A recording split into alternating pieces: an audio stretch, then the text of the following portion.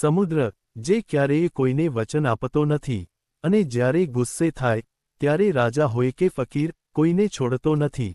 1888નો સમય.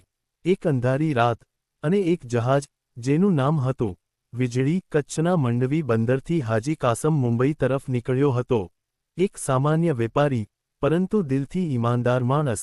તેને ખબર નહોતી કે આ મુસાફરી તેના જીવનની સૌથી છેલ્લી સામાન્ય મુસાફરી બનવાની હતી.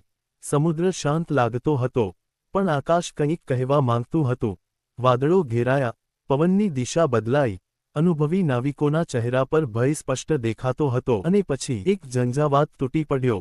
મોજા આકાશને સ્પર્શવા લાગ્યા, વીજળીના કડાકા ગુંજવા લાગ્યા, જહાજ હચમચી ગયું, લોકોની ચીસો, અને અચાનક, થોડી ક્ષણ મૌન, વીજળીનું જહાજ તૂટવા લાગ્યું. એક જહાજ, અને અનેક જીવ, સમુદ્રની ગહનતામાં એક પછી એક ગાયબ થવા લાગ્યા. હાજી કાસમે મરણને ખૂબ નજીકથી જોયું. કહે છે કે એ રાતે અલ્લાહની ખાસ મહેર હતી. હાજી કાસમ બચી ગયો, પણ જે નજરે જોયું, એ જીવનભર ભૂલી શકાય એવું નહોતું.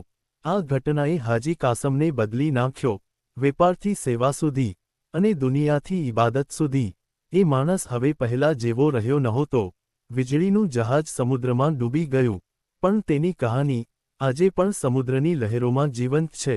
સમુદ્ર બધું લઈ જાય છે, પણ કેટલીક કહાનીઓ સમય પણ ડૂબાવી શકતો નથી.